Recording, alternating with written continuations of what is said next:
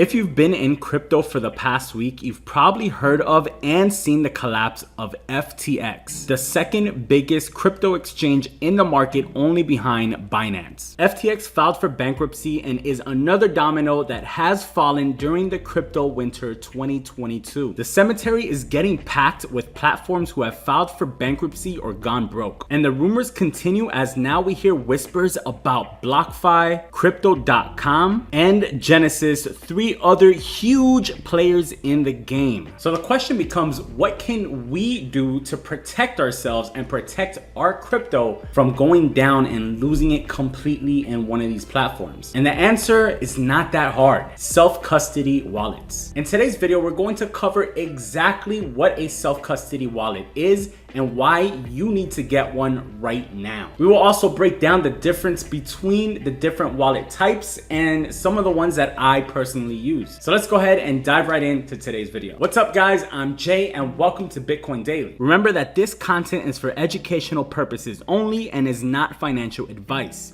Always do your own research before risking any of your own money. And as a disclaimer, I am invested in Bitcoin since 2016. So if you guys are new here, don't forget to subscribe to the channel, smash the like button, and turn on the notification bell, or you might miss out on some of these keys to success in the crypto markets. So first off, we need to understand what a custodial wallet is. Simply put, custodial wallets give control of your keys to a third party. So when you put your funds in a centralized exchange like FTX, BlockFi, Gemini, Coinbase, Celsius, Voyager, and we could just continue going down the list, you're trusting a third party to control, manage, and basically do whatever they want with your funds, with your crypto securely, and for them to give you access to your own crypto when you need to trade them, when you need to move them, or do anything else with your crypto. This is basically the same as keeping your money with a bank. While that may be easy to use and it may be convenient for you to do it that way, trusting someone else with the security of your funds, well, it never ends well. And it's something that we actually have learned many times over with banks. And it's also a reason why Bitcoin was created, so that we, the people, have control of our own funds and we don't trust a third party, a government, a centralized bank to give us the permissions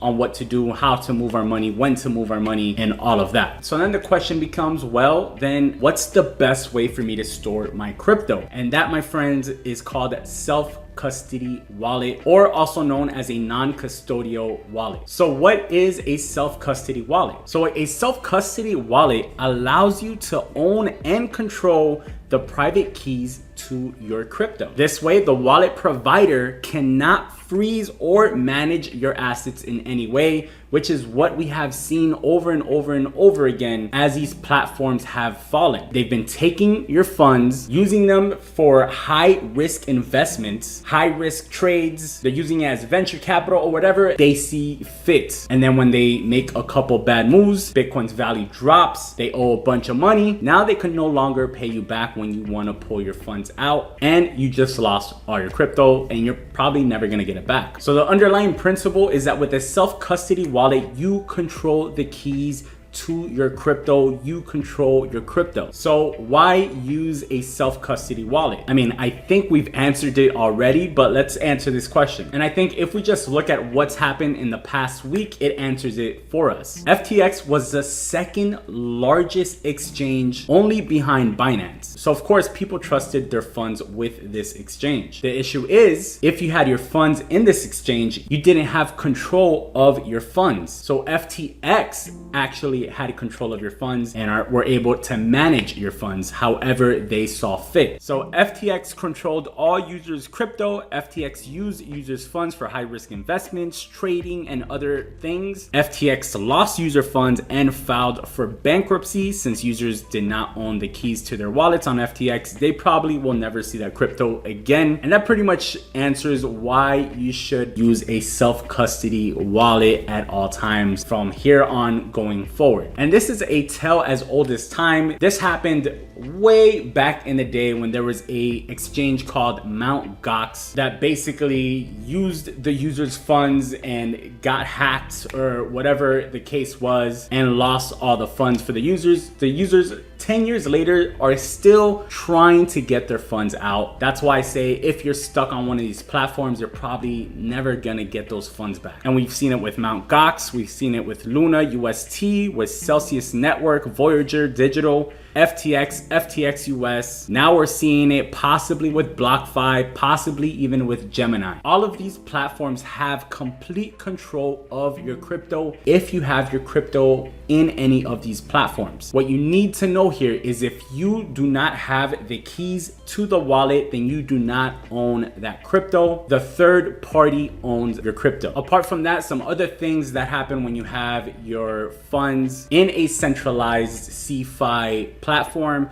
is that they have withdrawal limits, they have fees. Maybe you don't see the exact fees, maybe they just include the fees in by changing the price of the crypto token that you're moving out or trading or whatever the case. Self-custody removes all of that and gives you 100% control of your funds. With a self-custody wallet, you alone are responsible for the safety of your keys and your crypto. Because once again, remember, not your keys, not your crypto. All right, so hopefully by now I've convinced you to take your money and remove it from all these CeFi platforms and get yourself a self-custody wallet. So let's talk about what's the difference between a hardware and software self-custody wallet. But before we do that, make sure that you guys smash that like button if you're enjoying this video and subscribe to the channel. So hardware wallets are also known as cold wallets. And what a cold wallet means is that it's not stored online, it's stored in a USB-like device offline. And the reason for this is pretty simple, is that so that you won't get hacked. Software wallets, on the other hand, are basically an application either on your PC or on your mobile device. These are encrypted, they securely store your private keys and provide an interface for you to trade and manage your crypto. Software wallets are encrypted and require a password for you to access your private keys and your crypto. So which one should you use? Well, honestly, it depends on you. Cold wallets are obviously going to always be a lot safer, and if you have large amounts of money, then I definitely recommend investing in a cold wallet and keeping your crypto offline. If you don't have that much funds invested in crypto, then it's fine for you to use one of the applications, especially if you're going to be moving in and out of positions and trading and you need to move them constantly, for example. I think the best mix overall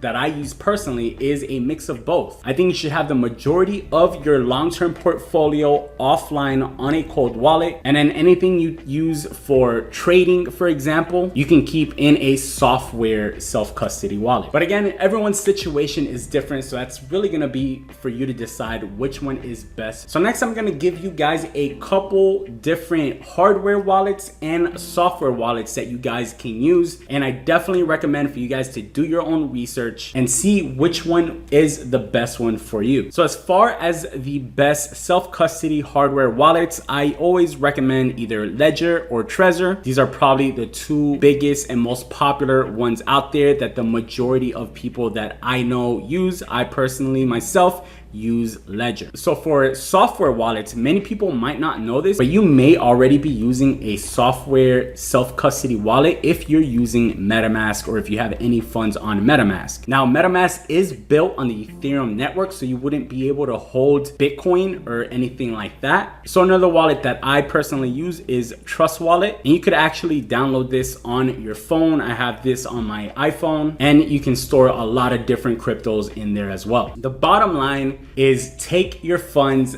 out of centralized platforms, centralized finance, centralized exchanges. Do not give your funds to a third party for them to manage it or have complete access to them. Because when something like this happens, as you guys can see with FTX, even though they were the second biggest platform in the market, it still fell. So that shows you that no matter how big these companies are, they can still fall. You can still lose your crypto in them. The safest route to go so that you don't ever have to worry and so that you can sleep good at night is to have a self-custody wallet like one of the ones that I mentioned in today's video. You need complete control of your keys, because not your keys, not your crypto. Let me know if you guys have any questions about anything that we covered in today's video. Let me know which self-custody wallets you might prefer and which ones you might have had the best experience with. As you guys know, the goal of this channel is to provide as much education and information for free for everyone. If you guys enjoyed this video, make sure to smash that like button and subscribe to the channel. I know with the value of Bitcoin dropping, a lot of people are probably losing money, but did you know that you can actually make profits as the value of Bitcoin goes down? I recently did this video on how to short Bitcoin, where I showed you guys exactly how you can bet on its value dropping to make some profits during these crypto winters and bear markets. Just make sure to click the video that's on the screen right now. You guys don't want to miss it. I'll see you guys on the next one. As always, peace and love.